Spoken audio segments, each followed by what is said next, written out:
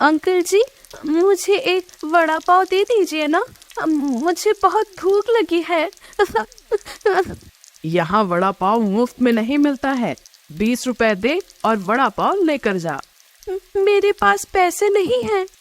मुझे बहुत भूख लगी है। एक वड़ा पाव दे दीजिए ना अंकल।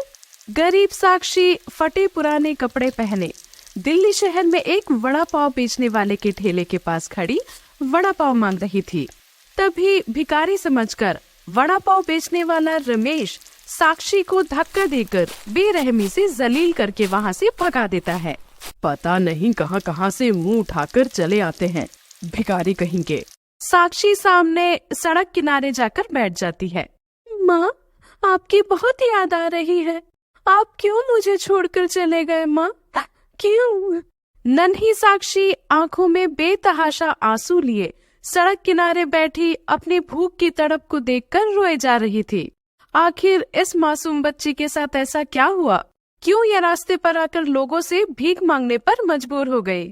और उसकी माँ कहाँ गई? तो ये सारी बातें जानने के लिए हम चलते हैं साक्षी के बीते जीवन में।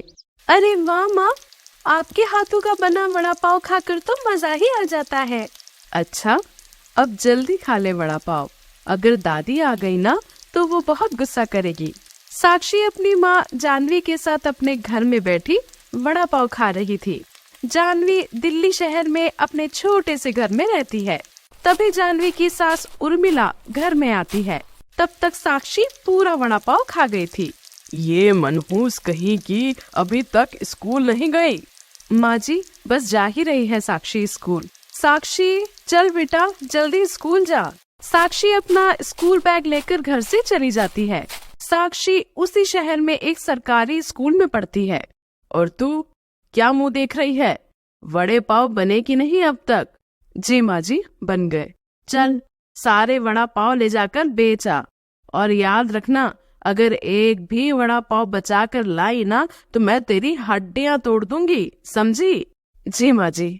जानवी की सास उर्मिला बहुत ही सख्त मिजाज और गुस्सैल महिला है। वो जानवी पर काफी जुल्म करती है।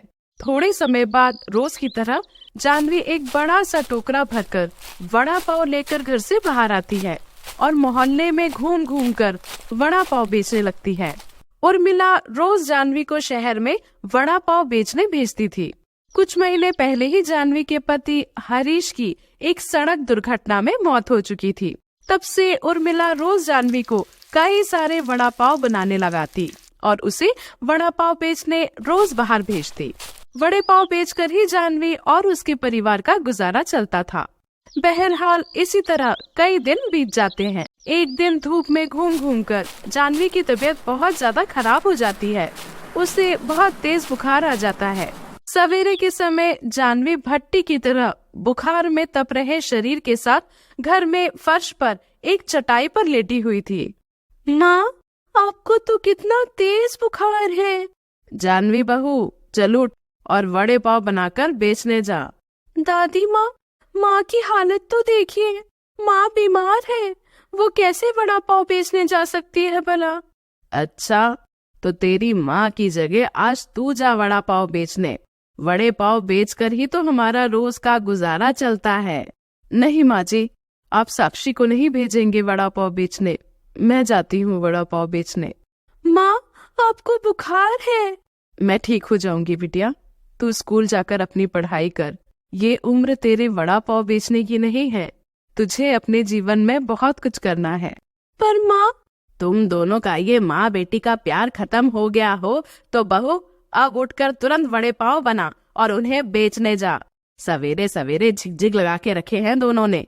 उर्मिला बाथरूम में चली जाती है।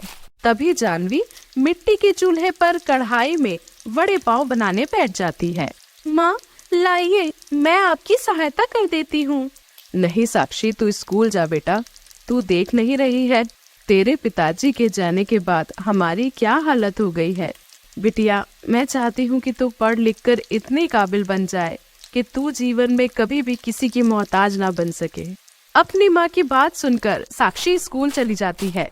थोड़े समय बाद वड़े पाव से भरा हुआ टोकरा अपने सर पर लिए जानवी घर से बाहर आती है और सड़कों पर घूम घूम कर वड़े पाव बेचने लगती है।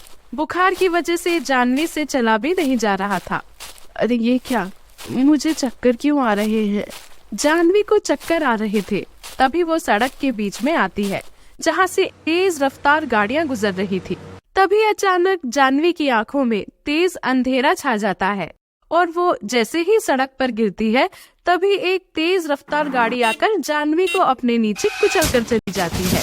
इस हादसे में जानवी की वही मौत हो जाती है।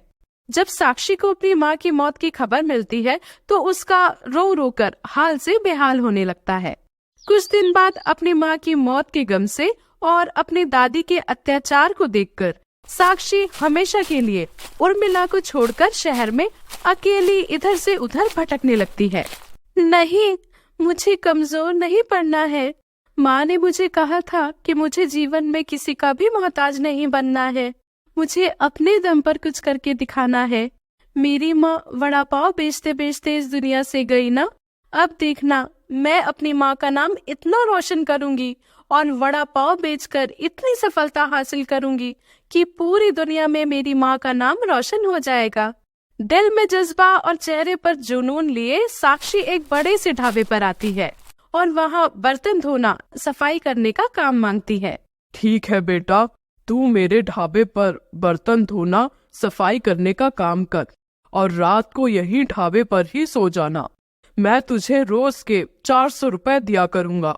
उसके बाद साक्षी मयंक के ढाबे पर काम करके रोज सफाई करना, बर्तन धोने का काम करने लगी और अपने वड़ा पाव के कारोबार के लिए पैसे जमा करने लगी। बहरहाल कई साल यूं ही बीत जाते हैं। साक्षी अब जवान हो चुकी थी। वो अब तक मयंक के ढाबे पर ही काम करती रही। तभी एक दिन ढाबा ना चलने पर मयंक अपना ढाबा हमेशा के लिए बंद कर देता है, जिसके बाद साक्षी बेरोजगार हो जाती है और वो शहर में नया काम तलाश करने लगती है। मेरे पास इतना तो पैसा जमा हो ही गया है कि मैं अपनी एक छोटी सी वड़ा पाव की दुकान खोल सकूं। तभी साक्षी अपने पास के जमा किए पैसों में एक पुराना ठेला, कुछ बर्तन, गैस और कई सारा वड़ा पाव बनाने का सामान खरीदकर उसी शहर के एक इलाके में अगले दिन से अपना वड़ा पाव का ठेला लगा देती है। साक्षी ने अपनी दुकान का नाम जानवी का वड़ा पाव रखा था। माँ के नाम से दुकान तो खोल ली मैंने, अब बस किसी तरह मेरे ग्राहक बन जाएं। तभी साक्षी वड़ा पाव बनाकर रखती है। शाम तक उसके पास गिने चुने 1 या 2 ग्राहक आकर वड़ा पाव खाते हैं। साक्षी ने एक वड़ा पाव के दाम 20 रुपए रखे थे। रात के समय मेरे पास तो गिने चुने ग्राहक ही आ रहे हैं। साक्षी का अपना तो कोई ठिकाना नहीं था। तभी वो अपने ठेले को प्लास्टिक कवर से ढककर ठेले के ऊपर ही सो जाती है और अगले दिन फिर से वड़े पाव बेचने लगती है। करीब 4 से 5 दिन ऐसे ही बीत जाते हैं, पर साक्षी के पास दिन के बस 2 से 3 ग्राहक ही आने लगे। एक शाम, इतनी मेहनत करने के बाद भी मेरे पास ग्राहक नहीं आ रहे हैं। अब मेरा कारोबार कैसे बढ़ेगा? ग्राहक न आने पर साक्षी काफी परेशान होने लगती है। तभी एक अमीर लड़का वरुण अपनी बाइक पर साक्षी के पास आता है। वाओ, वड़ा पाव! बहन, एक वड़ा पाव देना। साक्षी एक मसालेदार बढ़िया सा वड़ा पाव बनाकर वरुण को देती है और वरुण वो वड़ा पाव खाने लगता है। वाह वाह वाह, कितना स्वादिष्ट वड़ा पाव बनाया है आपने बहन। पर एक बात समझ नहीं आ रही मुझे, आपका वड़ा पाव इतना स्वादिष्ट है, फिर भी आपके पास कोई ग्राहक नहीं, ऐसा क्यों? क्या बताऊं भाई, मैं तो अपना कारोबार बड़ा बनाना चाहती हूँ, पर मेरी टूटी किस्मत से मेरे पास ग्राहक ही नहीं आ रहे। अरे बहन, लोगों के आने की राह नहीं देखना पड़ता, बल्कि हमें लोगों को अपने पास खुद बुलाना पड़ता है। मैं कैसे बुला सकती हूँ लोगों को? आपको खुद से लोगों को नहीं बुलाना है। देखिए, सबसे पहले ना आप अपने ठेले के नाम के आगे दिल्ली का फेमस वड़ा पाव ये नाम डाल दीजिए और मैं आपके ठेले की वीडियो बनाकर अपने YouTube चैनल पर डालता हूँ। जब लोग आपकी दुकान और आपके वड़ा पाव की बात सुनेंगे तो लोग दौड़े चले आएंगे आपके पास वड़ा पाव खाने। रुकिए, मैं अभी बताता हूँ आपको। तभी वरुण अपने मोबाइल में साक्षी और उसके ठेले और वड़ा पाव का वीडियो बनाता है और सोशल मीडिया पर साक्षी के कारोबार की एडवर्टाइज करता है। थोड़े समय बाद अचानक साक्षी के पास ग्राहकों की भीड़ जमा हो जाती है और सब साक्षी का फेमस दिल्ली का वड़ा पाव खाने आ जाते हैं। अरे वाह, इतने सारे ग्राहक आ गए मेरे पास। सभी तब साक्षी के पास का स्वादिष्ट वड़ा पाव खाते हैं और अपने मोबाइल में साक्षी और उसकी दुकान का वीडियो फोटो लेकर सोशल मीडिया साइट पर अपलोड करते जाते हैं। जिसके बाद कुछ ही दिनों में साक्षी दिल्ली के फेमस वायरल वड़ा पाव वाली के नाम से मशहूर हो जाती है और उसके पास हर समय ग्राहकों की भीड़ जमा रहने लगी और उसकी रोज की हजारों में कमाई होने लगी। जिसके बाद साक्षी का कारोबार बहुत बड़ा हो जाता है और वो कुछ ही महीनों में अपनी कमाई से एक बड़ा सा घर खरीदकर एक बड़ी सी दुकान खरीद लेती है और 2 नौकर लगाकर धूमधाम से वड़ा पाव बेचकर पैसा कमाने लगती है। तो इसी तरह एक गरीब लड़की ने अपने दम पर जीवन में सफलता हासिल कर ली।